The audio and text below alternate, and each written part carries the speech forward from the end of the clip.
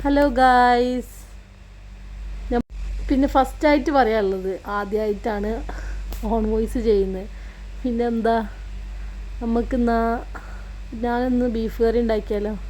ഇത് ഉള്ളി നന്നായി കട്ട് ചെയ്ത് വാട്ടാൻ വെച്ചിട്ടുണ്ട്, ഉപ്പിട്ടിട്ടുണ്ട്. വാട്ടി വരുമ്പോൾ ഇത് നന്നായിട്ട് ഇങ്ങനെ വാട്ടി വന്നിട്ടുണ്ട്.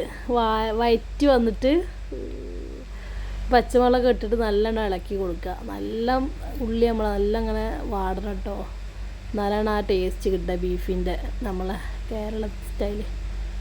ഇതാ ബീഫ് കഴുകി നല്ല വൃത്തിയിൽ ക്ലീനാക്കി കുക്കറിലോട്ട് ഇങ്ങനെ ഇട്ട് കൊടുക്കുക. പിന്നെ ഇത് എൻ്റെ സ്റ്റൈലാട്ടോ, ഞാനൊരു തട്ടിക്കൂട്ടി ഉണ്ടാക്കിയ ബീഫ് കറിയാണ്.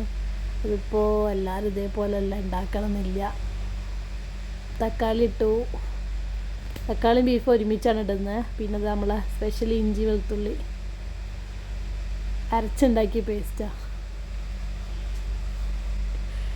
പിന്നെ ഇങ്ങനെ നല്ലോണം മിക്സ് ആക്കിയിട്ട് എന്ത് ചെയ്യുക, ആവശ്യത്തിന് മസാലയൊക്കെ ഞാൻ മിക്സിയിൽ സെറ്റാക്കി വെച്ചിട്ടുണ്ട്. ഗരം മസാലയും ഉപ്പും എല്ലാം കൂടി മിക്സാക്കി വെച്ചിട്ടുള്ള മസാലയാണ് ഇത്. നമുക്ക് അതിലേക്ക് ഒരുമിച്ച് ആഡ് ചെയ്ത് കൊടുക്കാം.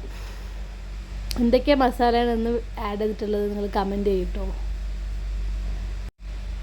ഇതാ ഞാനിനി കുക്കർ ക്ലോസ് ചെയ്യാൻ പോവാണ്.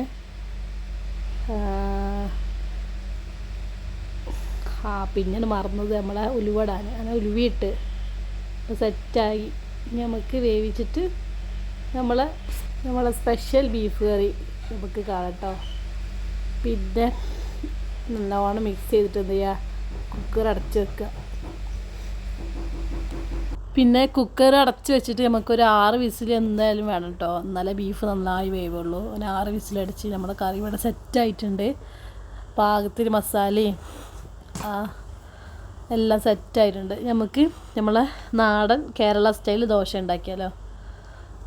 മാവിൽ എന്ത് ചെയ്യുക, നോർമലി വാട്ടർ വെച്ചിട്ട് സെറ്റാക്കി വെക്കുക. എന്നിട്ട് അതിനനുസരിച്ചുള്ള റെഡിയാക്കിയിട്ട് ദോശ മാവ് ചട്ടിയിൽ ചൂടായിട്ട് ഒഴിച്ചു കൊടുക്കുക. അപ്പോൾ ഇതേപോലെ നമ്മളെ ഓട്ട ദോശ.